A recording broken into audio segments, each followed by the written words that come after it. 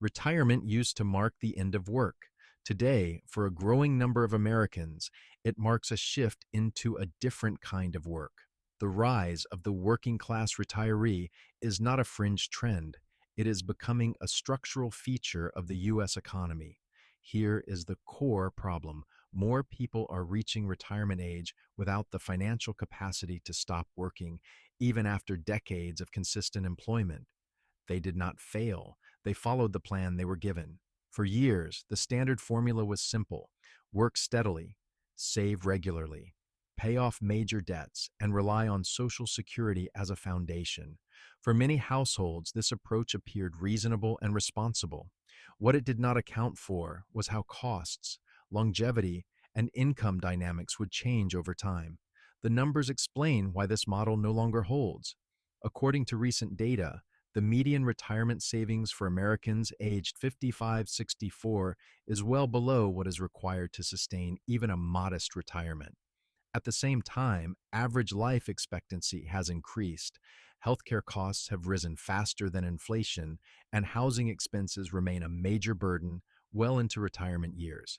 As a result, retirement income often falls short of basic needs. Social Security replaces roughly 30 to 40% of pre-retirement income for the average worker. For someone who earns $60,000 annually, that translates to approximately $20,000, $24,000 per year. Even when combined with personal savings, this level of income frequently fails to cover rent, healthcare premiums, and everyday living costs. This is where expectations and reality diverge. Many people believed that consistent saving would close the gap. In practice, saving alone did not scale fast enough. Low interest rates, inflation, and periods of stagnant wage growth limited the real impact of decades of effort. What looked like progress on paper did not translate into purchasing power at retirement. The consequences visible everywhere. Retirees working part-time in retail, logistics, food service, or gig roles are no longer exceptions. They are increasingly part of the workforce. This is not driven by preference alone.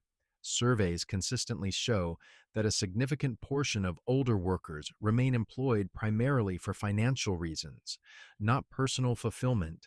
What makes this problem difficult to address is that it develops quietly. There is no single moment of failure. Instead, there is a gradual realization that the numbers do not add up. Savings exist, but they are insufficient. Income exists, but it is unstable. Time, which was once assumed to be an ally, becomes a constraint. Many people still assume that working longer is a temporary adjustment. In reality, it often becomes permanent. Each additional year of work delays full reliance on savings, but it also reduces the window for recovery if something goes wrong. Health issues, job market changes, or rising costs can quickly turn a fragile situation into a crisis. At this stage, it is important to be clear about one thing. The rise of the working class retiree is not primarily a personal failure. It is the outcome of a financial system that emphasized discipline without fully accounting for long-term structural risk. Understanding why this group is growing requires looking deeper at income patterns, cost structures, and the decisions people were encouraged to make over decades. That deeper analysis begins in the next part. To understand why the working class retiree has become so common, it helps to look beyond individual choices and focus on structure. The issue is not a lack of effort or responsibility. It is the way income, expenses, and financial planning interact over long periods of time. First, consider income structure. For most workers, income peaks in the final years before retirement and then drops sharply. Social Security provides a baseline, but it was never designed to replace a full paycheck. Employer pensions, once a stabilizing force, are now rare outside of certain sectors. What remains is personal savings, often accumulated through retirement accounts that depend heavily on market performance and timing. This creates a fragile setup. A person may save consistently for 30 or 40 years, but the outcome is highly sensitive to factors they cannot control. Market returns, inflation, healthcare costs, and longevity. A few years of low returns near retirement can materially change the result. The system assumes steady growth and smooth transitions, which rarely happen in real life. Behavior also plays a role, but not in the way it is often described. People are frequently told that the solution is to save more or cut expenses. These recommendations ignore how financial behavior adapts to income. As earnings increase, fixed costs tend to increase as well. Housing upgrades, insurance, transportation, and family obligations all scale upward. This is not reckless behavior. It is how most households normalize their standard of living. Consider a common scenario. A couple earns a combined income of $90,000 in their late 40s and early 50s. They save regularly into retirement accounts and avoid major debt. On paper, they are doing everything right, but their monthly expenses, mortgage, healthcare premiums, utilities, and basic living costs consume most of their income. By the time retirement approaches, their savings look substantial in absolute terms, but insufficient when translated into monthly income. If that couple retires with $400,000 in savings, a commonly cited withdrawal guideline suggests around $16,000 per year. Combined with Social Security, their total income may reach $40,000, $45,000 annually. For many regions, that is not enough to maintain stability, especially if rent or medical costs increase. The result is continued work, often in lower paying or less stable roles. Standard financial advice fails here because it focuses on accumulation rather than functionality. It emphasizes account balances instead of income durability.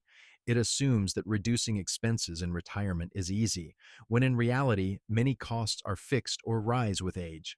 Healthcare is the most obvious example, but housing and insurance follow similar patterns. Another overlooked factor is the absence of a coordinated system. Many households treat saving, investing, and retirement planning as separate tasks.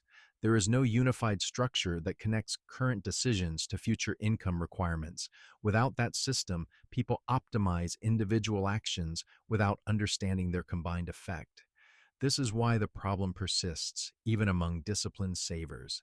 The issue is not that people ignored advice, it is that the advice was incomplete. It did not account for how long retirement can last, how uneven markets can be, or how limited flexibility becomes later in life. By the time these gaps become visible, options are narrower. Working longer becomes the default response, not because it was planned, but because the system left little room for alternatives. To see where this path leads over time, it is necessary to examine the specific mistakes and their long-term consequences. That is the focus of the next part. The rise of the working class retiree is not driven by one dramatic error. It is the result of a small set of common mistakes that compound over time. These mistakes are widespread, socially accepted, and rarely questioned until their consequences become unavoidable. The first key mistake is equating saving with retirement readiness.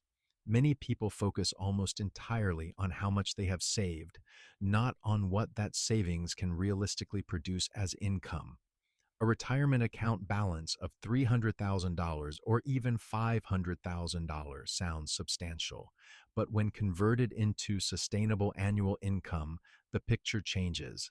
At a conservative withdrawal rate, $400,000 may generate around $16,000 per year before taxes. Over 20 years, that amount must also absorb inflation and market volatility. The result is far less stability than the headline number suggests. The second mistake is underestimating fixed costs in retirement. People assume that expenses decline once work stops. In reality, several major costs remain constant or increase.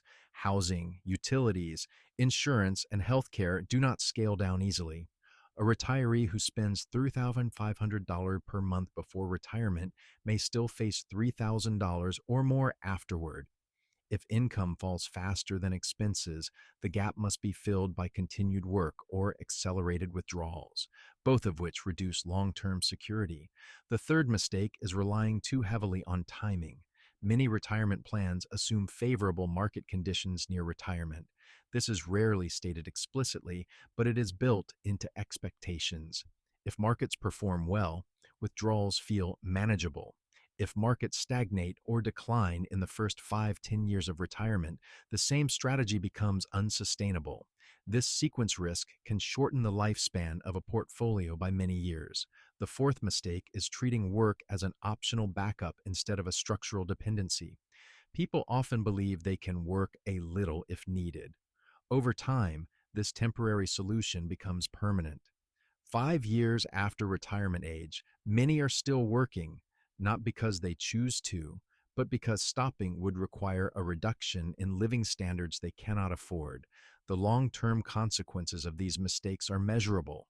Over a 5-year period, excessive withdrawals combined with part-time income may appear manageable.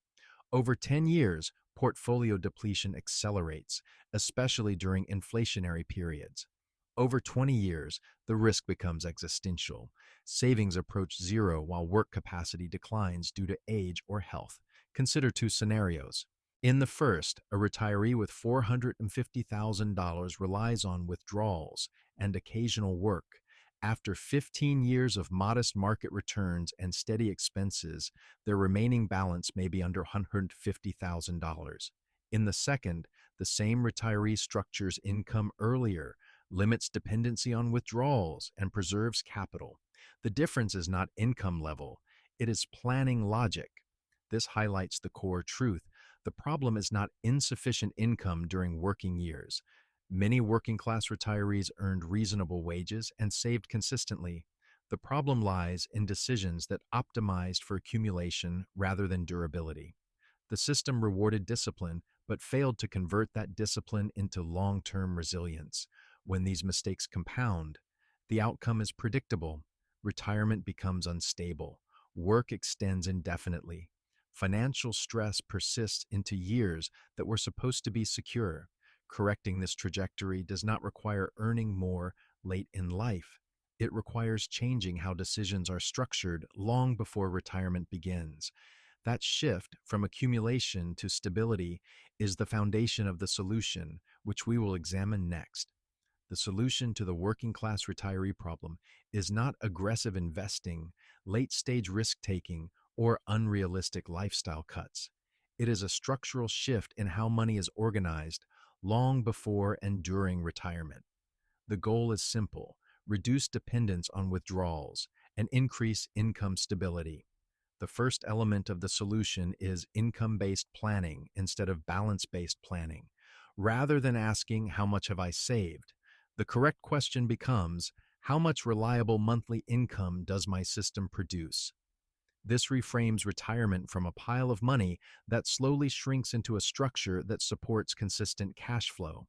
Mechanically, this means separating money into functional roles. One portion is reserved for stability, funds that are not exposed to short-term market swings and are used to cover essential expenses. This could include Social Security, pensions where available, and conservative income-producing assets.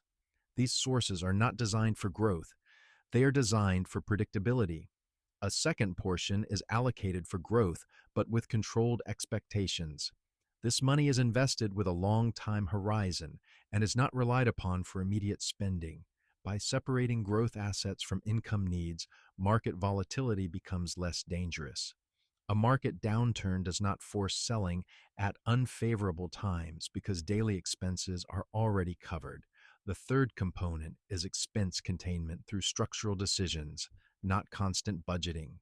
Instead of relying on discipline every month, fixed costs are intentionally limited. Housing choices, debt elimination, and insurance optimization are handled before retirement whenever possible.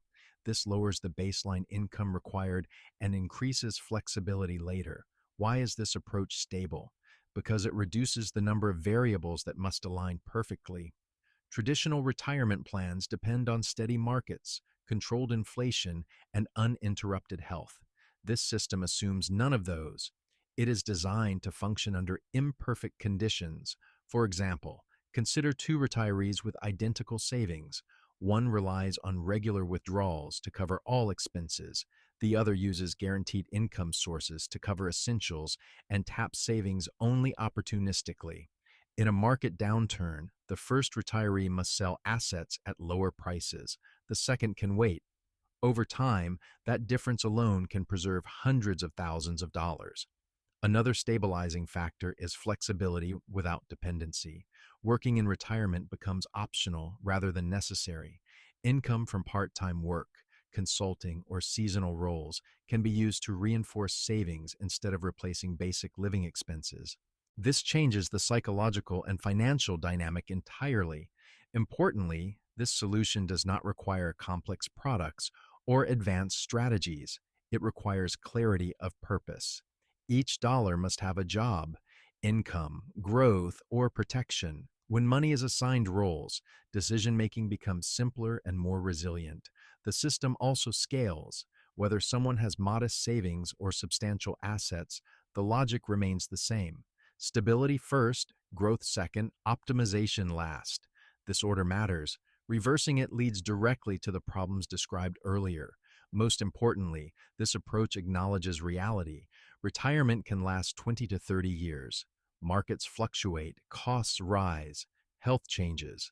A stable system does not eliminate these risks, but it absorbs them without forcing reactive decisions. The working class retiree is not inevitable. It is the result of planning that emphasized accumulation without structure. By shifting focus to income mechanics and system design, it becomes possible to exit the cycle of indefinite work and regain control over financial time.